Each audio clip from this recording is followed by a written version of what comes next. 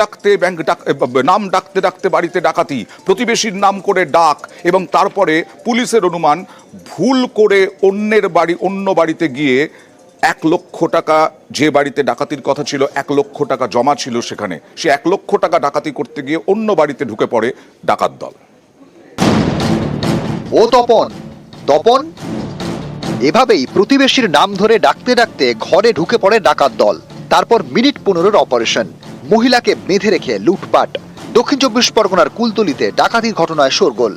বাড়িতে 3টে বাচ্চাকে নিয়ে সব বই পড়ে রাখছিলাম, হঠাৎ দেখি না ঘরে ঢুকে বলছে এই যা সব চুপচাপ, বলে সঙ্গে সঙ্গে কাপড় টাপড় দিয়ে মুখ টুকগুলো বাঁধাবাঁধি করেছে, বেঁধে আর সব জিনিস এগুলো সব লোটপাট করেছে, সব বার করে নিয়ে বাঁধা অবস্থায় এখান থেকে ফের টেনে টেনে নিয়ে গিয়ে বলছে এই তাড়াতাড়ি দিয়ে না তো মেরে দেবো সব। ছুরি, বড় ছুরি সব। কুলতলির গড়ানকাটি গ্রাম। রবিবার সন্ধে এখানেই লখাই ঘাটার বাড়িতে ডাকাতি হয়। জানা গিয়েছে বাড়ির একটি ঘরে 2 সন্তানকে নিয়ে ছিলেন তার স্ত্রী, অন্য ঘরে ছিলেন লখাইয়ের বয়স্ক মা। সে সময় আচমকায় দরজার সামনে পাশের বাড়ির বাসিন্দা তপনের নাম ধরে ডাকে কয়েকজন।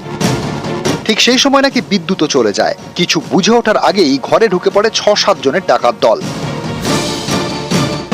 ধারালো অস্ত্র দেখিয়ে 2 মহিলা সদস্যের হাত পা বেঁধে ফেলে। লখাইয়ের বড় ছেলেকে আটকে রাখে বলে অভিযোগ। এরপর 15-20 মিনিটের মধ্যে সোনার গয়না ও নগদ টাকা নিয়ে চম্পট দেয় ডাকাত দল। পরে বাড়ির ছোট সন্তান মায়ের হাত খুলে দেয়। তারপরই খবর যায় পুলিশে। তদন্তে নেমে পুলিশের প্রাথমিক সন্দেহ, প্রতিবেশী তপনের বাড়ি লুট করার ছক ছিল ডাকাত দলের।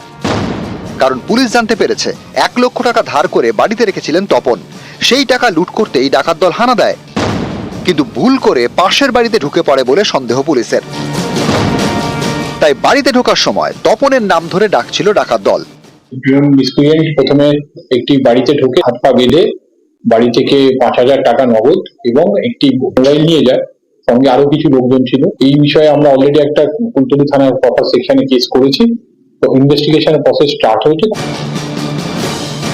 নিউজ 18 বাংলা।